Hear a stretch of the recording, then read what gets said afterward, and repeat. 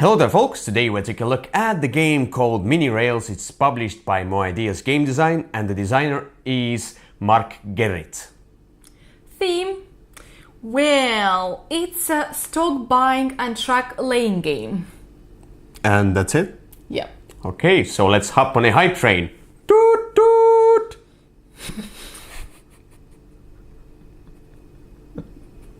So Mini Rails is played over the course of 6 rounds, and then at the end, whoever has the biggest shares, the biggest income will win the game. Now, first of all, I want to mention that all the components are final except these discs. These are two light color right now. They blend into this white one as well. They should be brown, but they will tackle that issue. So it won't be in your copy when you buy the game. So they will deal with that.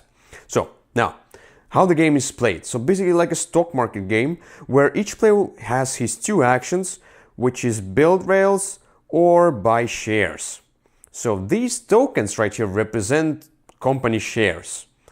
And these dots right here represent either the stock will go up or down into positive or negative. So these are not your player cards right here. So starting from this player order, right, it's here up right here, you will take your token and do the action. You can do either the build or the share buying action, but the thing is that you do it in your own order. You do your action, then the next player, and then whoever is the next player, you do the last available action as well. So let's go first. I probably put the wrong meeples right here. They should be purple, but they're brown. Let it be. Let's say I was brown. Okay. So this is my first turn. How do I build? First of all, if I want to build, I use this action. Then I'll take my meeple here and I will choose one of these spots right here. Let's say I'm going to choose the gray one. So now I'll take this gray and now I can build it somewhere near the other gray tokens. So it must be adjacent to at least one another gray token. So I can put it right here or here or here. Right now building is not relevant because basically when you build somewhere, so the red dots show that you must lower the shares and that you can increase the shares. So if I put the gray token right here, it means that I will increase the shares by 1. And now each player who has those shares of that company, with each of his gray tokens, he can increase the shares by 1. Right now, nobody has them. So building is not really a good option right now. But let's say instead of doing the build, I will buy shares. It's basically the same. I take my meeple here. I will put it somewhere right here and take the token instead and put it on the 0 of my board. Now later on, if somebody builds with this token, so he either increases or decreases my value of this token right here. So the next player goes, maybe he will also buy a share, let's say like that. Sorry, this is the black one. Then let's say this is the orange player's turn. He will do like that. So he will take this one and he will build instead. So he will build it right here on this spot next to, there should be adjacent blue here. So we'll build it in blue. And this was 2 red dots, which means that all players who have the blue have to go down 2 steps. So it's 1, 2. So now it's negative. So, and you will do all these actions like that, and maybe like that. And this will be, first of all, this will be the order for the next turn. But there is also one more token than the player pawns right there. So the last token will go into this tax. Basically, it's a round counter and also the taxes spot. What does it mean? Let's say it was near the end of the game, there will be more tokens out and you will basically build up. Every time you will put new tokens out. Let's say they were like that, maybe like that, and these are the tokens right here. So and so on. Let it be. But now, at the end of the game, there will be 6 of them. So now, all the companies which have at least 1 token in the taxes position here will not score negative points. So, for example, for the black player, it's really good because this company is right here. So, and he has a blue token in his negative side. He will remove it and not score -2. Yellow, like there was, let's say there was no yellow right here, which means that he will not remove yellow though, which means that he will score minus points for that yellow right here. And now the other part. Whoever, like let's say, we'll look at, for example, this purple. So the purple company didn't pay taxes, mathematically, they didn't pay taxes, so which means they cannot score positive points. They didn't pay taxes. So which means that this purple, let's say I was brown, yeah, this brown player will remove this yellow token from the positive side because there's no token up there. So he cannot score these points. And you will basically score points whichever tokens are still on the board. Let's say there was red. The red is on the positive side, really cool. You will score these points. And then you will count them. So -4 plus 3 is -1. This -4. But let's say it was much better. It was like, let's say, like something like that. You can have multiple shares of a company. And you can have them on multiple spots because you added them on different time. So +7, maybe +4, maybe +2. So this player wins because he has +7. And that's basically the whole game. That's how it's worked. You played for the 6 rounds, and then you remove tokens that do not score, negative, positive points, and whoever has the most will be the winner of the game.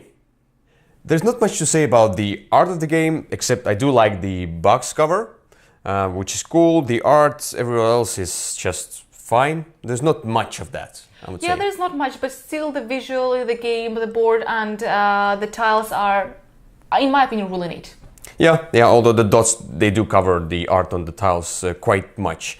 And if we go to components themselves, they're easy, they're simple, but they're quite thick, they're nice, nothing really bad to say. And for once, insert is really useful and really like functional, yeah. Mm-hmm. Yeah, I would agree with that. We go to the theme of the game. This game is called Mini Rails, so you're expecting probably a train game. But in my opinion, it's themeless. I mean, like there's also stock markets, and you can feel the stock market theme, of course. But when you go to trains, there's not much of that train theme. I don't agree. It's abstract to me. It is rather abstract, but I still think it's a train game. If it's rather abstract, then there's no trains in it. That's it. Okay. But if we go to the stock market part, so this for me is an entry-level stock market game. I would show it to beginners, to new gamers who want to get into economic games, and show them this one. And from there on, I can go to stockpile or something else. But this one is so easy to grasp, so easy to get into. The rules are really simple. You get 2 actions on your turn. You do both actions. Like you have in a round, you do both of these actions, but in what order, it's your own choosing there. So your own choice. So, but overall, there's not much to grasp except the choices maybe themselves. If you want to win the game or whatever, you know. So that's really cool. The other thing is that you have this turn order mechanism. Usually, I'm not a fan of turn orders which are random or chaotic. Like you go first, and then you, and then you, and then that person over there across the street goes. No, that's I do like the clockwise mechanism much better. But here it doesn't bother me because the game itself is really quick, easy, and also I do like the aspect where when you choose the disc of a company of shares, whatever it is, you will basically choose yourself if you will be first in the order, second, third, fourth, whatever. So you are choosing everything yourself. There's not much. There is some random in the game, but there's a lot of that your own choosing, and the turn order is your own choosing as well, which is really cool. I do like that. Yeah, I agree. I really like that one. I personally like this kind of turn order mechanism in every game. Like whenever there is this mechanism in the game, I really do like it. I doesn't have to be always clockwise order. Yeah. What is really neat here is that all the turns are super quick. Yes. As Ilya mentioned, you have only two choices, two actions, not too hard to choose between them. Well, sometimes you have to think, but overly. Yes. But the core mechanism, core element about the game, or core, like its heart in this is that you have one element which is wooden disc, and you can use it in 3 different ways. It can be either stock, company stock. It can be either train truck, or it can be chosen as like taxation. Yeah. So the way you choose to do that, or the way you like choose to use this disc as, is the deepest and hardest in this game, and it influences you and everyone else as well, in my opinion at least. So and it is. Everyone influences everyone. True, and these choices are actually quite tough, because if everybody will want to do, for example, to invest in white because it's doing great, then what's the point? Because if everybody goes the same way, everybody gonna get exactly the same victory points. Or maybe it will end up not even paying taxes at all, which means that no one's gonna score at all. So you really want to be ahead in some one field, not where everybody is good at, and you have to make sure that at least one disc throughout the game will be left behind, so it would pay taxes. So all of those choices, yes, I really want to have this one because it's doing so great, but there is a like really great chance that it's not gonna score at all, and the choices are tough. I do agree with that. Yeah.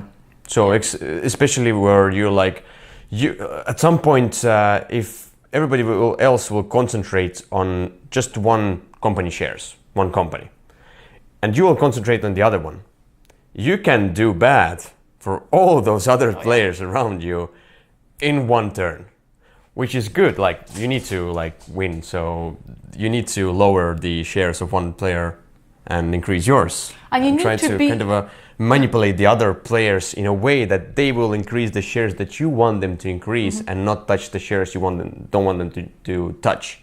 So there's a lot of that. So, and when we go to the scoring, it's based on this taxation board, taxes board, where the last token which is left will go into the taxes, which means that this company will definitely score the positive points, and it will negate the negative points, if you understand what I mean. Basically, the negative points will go out of the game for that company. And the companies that will not score, not pay the taxes, like thematically as well, not pay the taxes, they have to take those negative points.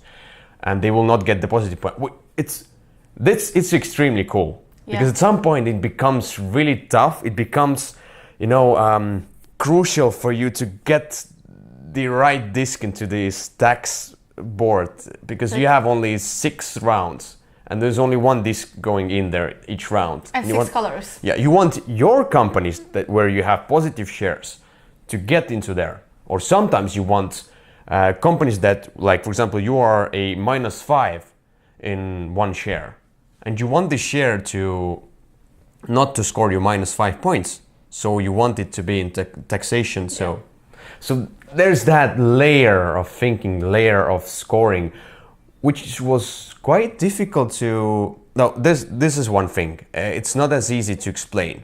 When you start explaining all of this, people are a little bit confused. But whenever you get the game done, because it's quite quite quick, then you understand the scoring, and then next game you'll be like a pro already. So yeah, we actually ended up explaining this part thematically. So if the company pays taxes, then it's legit and it can pay you dividends, positive points. If it doesn't pay taxes, then obviously can't pay you dividends, and then it will get the penalty. Yeah, and then you have to kind of, if you're the shareholder, then you have to kind of like be responsible for the and pay out of your own pockets. Yeah. So we explained it that way, and it worked quite well. We created the theme for this game. Yay! No, actually, that was. Oh, the theme I of see. the game. Okay. Yeah. So actually, one more thing I wanted to mention is, which is really cool in this game, you can't concentrate on one thing. You can't concentrate on only building train tracks, or you can't concentrate on only buying shares. But in each turn, you have to make this action and another one different action. You are forced to, but so you choose in which order you do, which I think it's neat because concentrating on one can be sometimes easier to get like a winning strategy, but here you really have to balance everything out, so you're forced to. I like the game is quick.